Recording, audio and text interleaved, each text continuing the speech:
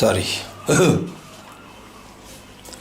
হে জগতবাসী, আজ আমি শামীম আলী চিশতি আপনাদের সামনে যে আলোচনাটি নিয়ে আসলাম, এই আলোচনাটি হবে যে আমাদের সিরিয়াল যে স্বপ্নের কথাগুলো, যেমন শরীয়তের আলেমগণ একটা কথা বলে যে ওহির দরজা বন্ধ হয়ে গেছে। তাহলে ওহির দরজা যদি বন্ধ হয়ে যায়, ওহি আনতো কে? জিবরাইল। এখন নবী ইন্তেকাল করেছে, নবীর কাছে ওহি আসে না। এখন ওহি যদি জিবরাইল এনে থাকে, তাহলে জিবরাইল কিন্তু মারা যায়নি। জিবরাইলের ডিউটি, তিনি এখনও উলিয়া উলিয়াদের মাধ্যমে সেই ওহি আল্লাহর তরফ থেকে খবর এখনও আনে। আর এই জন্য উলিয়া উলিয়ারা গুপ্ত খবরগুলো জানে।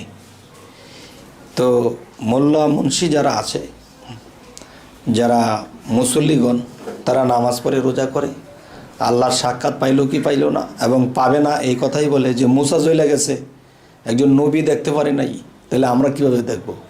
আপনি তো আর মুসা নবীর উম্মত নয়, আপনি মুহাম্মদ সাল্লাল্লাহু আলাইহি সাল্লামের উম্মত। তিনি তো আল্লাহর দেখা পেয়েছে এবং আল্লাহর সাথে কথাও দিয়েছে। আল্লাহ মুহাম্মদ সাল্লাল্লাহু আলাইহি সাল্লামের সাথে কথাও দিয়েছে যে তোমার উম্মতের সাথে আমি সাক্ষাৎ দিব। যাই হোক, আরও একটি কথা হলো, এখন সাধারণ মানুষের কাছে তো আর ওহি আসবে না। যারা আল্লাহর সাথে সংযুক্ত স্থাপন করেছে, যারা আল্লাহকে বন্ধু হিসেবে পেয়েছে আর আল্লাহ তাকে বন্ধু বলে স্বীকৃতি দিয়েছে, একমাত্র এমন ব্যক্তি আল্লাহর তরফ হতে খবর পাবে। তাহলে সাধারণ মানুষ যারা, তারা তো আর ওহি পাবে না। তাদের কাছে আসবে কি? স্বপ্ন। স্বপ্নের মাধ্যমে অনেক কিছু জানানো হয়। তো আজকের আলোচনাটি হব, যেমন কিছু কিছু স্বপ্ন মানুষের ধ্যান ধারণা আছে। যেমন মৃত মানুষ যদি কারো বাড়িতে এসে ভাত খাইতেছে দেখে, তাহলে বুঝতে হবে যে সে আমার ফ্যামিলির বা আমার রক্তবংশের কাউকে নিয়ে যাবে বা চলে যাবে, সময় হয়ে গেছে, মৃত্যুবরণ করবে। আরও একটা জিনিস হলো, যদি কেউ দেখে যে মাথার চুলগুলো অনেক লম্বা হয়ে গেছে, কিন্তু বাস্তবে তার চুলগুলো ছোট ছোট, কিন্তু ওখানে দেখতেছে লম্বা, এতে বুঝতে হবে তার যে জ্ঞান আছে, এই জ্ঞানগুলো কাঁচা, কিন্তু লম্বা জ্ঞান আছে, বড় জ্ঞান আছে, কিন্তু দেখা গেছে সেই জ্ঞানগুলো কাঁচা। কেউ যদি কখনো দেখে চুল পেকে গেছে, তখনই বুঝতে হবে তার জ্ঞানটা পেকে গেছে। এতে শরীয়তের কিছু অবুঝ লোকে বলে থাকে চুল পাকা দেখেছে তার হায়াত কমে গেছে। না, আপনার হায়াত কমেনি, বরঞ্চ আপনার হায়াত আরও দীর্ঘ হতে পারে এবং আপনি জ্ঞানে পাকা হবেন। বা কেউ যদি দেখে নিজের মাথায়, তাহলে তার নিজের জ্ঞান বাড়বে, এবং অন্য কারো যদি দেখে তবুও নিজের জ্ঞান বাড়বে। আচ্ছা, আরও একটি বিষয় হলো কি, যে কেউ যদি দেখে সে পুকুরের মধ্যে সাঁতরাইতেছে, তাহলে কি বুঝবে? যদি দেখে নদীতে সাঁতরাইতেছে, তখন কি বুঝবে? যখন দেখতেছে সে সাগরে সাঁতরাইতেছে, তখন কি বুঝবে? আচ্ছা, যদি পুকুরে সাঁতরায়, তাহলে সেই লোকটা আল্লাহর প্রেমে শরীয়তের দিক দিয়া সে একটা গণ্ডি, মানে পুকুরের একটা সীমাবদ্ধ আছে, এর মধ্যে সে সাঁতরাইতেছে।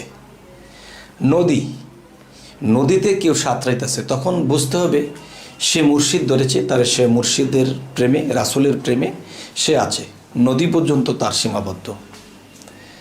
আবার কেউ দেখতেছে যে তিনি সাগরের মধ্যে সাঁতরাইতেছে, তখন বুঝতে হবে সে প্রেমের সাগর, যে আল্লাহ ও রাসূলের প্রেমে সে সাঁতরাইতেছে। আল্লাহ যেরকম সীমাহীন, আল্লাহর কোনো সীমা কেউ খুঁজে পাবে না, ঠিক তেমনি করে যে সাগরও সীমাহীন, সাগরের শেষ খুঁজে পাওয়া যাবে না।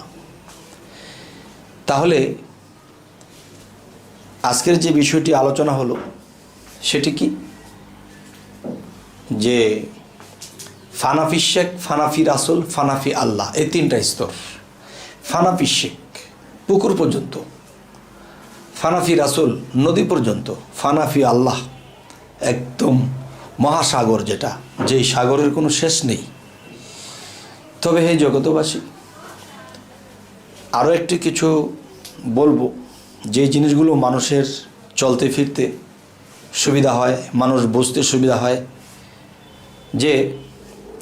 যেমন কোনো মানুষ আছে যে ঘর থেকে বের হতে তখন একটা পায়ের মধ্যে হোঁচট খেলো বা শরীরের ধাক্কা লেগে সে পড়ে গেল, তখন বুঝতে হবে যে একটা বিপদ আপদ সামনে আছে, কিছুক্ষণ বসে যাই।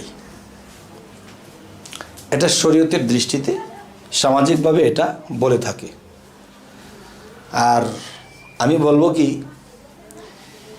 যারা মুর্শিদ ধরেননি তারা 7 বার আয়াতুল কুরসি পাঠ করবেন এবং নিজের বুকে ফু দিবেন, এরপরে বের হয়ে যাবেন। আল্লাহই আপনাকে দেখবে, বিপদ আপদ মুশকিল আসান করবে।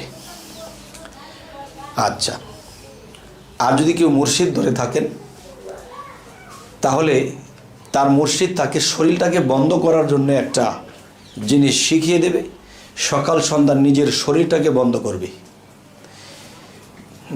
যখন শরীরটাকে বন্ধ করে ফেলবে তখন এখানে তার শরীরে কেউ আঘাত করতে পারবে না, কেউ জাদুটোনা করতে পারবে না, কেউ আপনাকে কুদৃষ্টি করতে পারবে না, খারাপ আত্মা, জিন, অসুর এগুলো আপনাকে কিছু করতে পারবে না।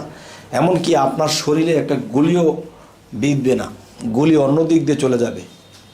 কারণ এমন কিছু শরীর বন্ধনা আছে যা করে ফেললে আপনার শরীর এমন একটা সিস্টেম হয়ে যাবে যে আপনার শরীরের আশেপাশে দিয়ে ছুরির আঘাত বা গাড়ির অ্যাক্সিডেন্ট বা গুলিও করলে সেটা আপনার শরীর থেকে আলাদা অন্যদিকে চলে যাবে, কিন্তু আপনার শরীরে বিদ্ধ হবে না।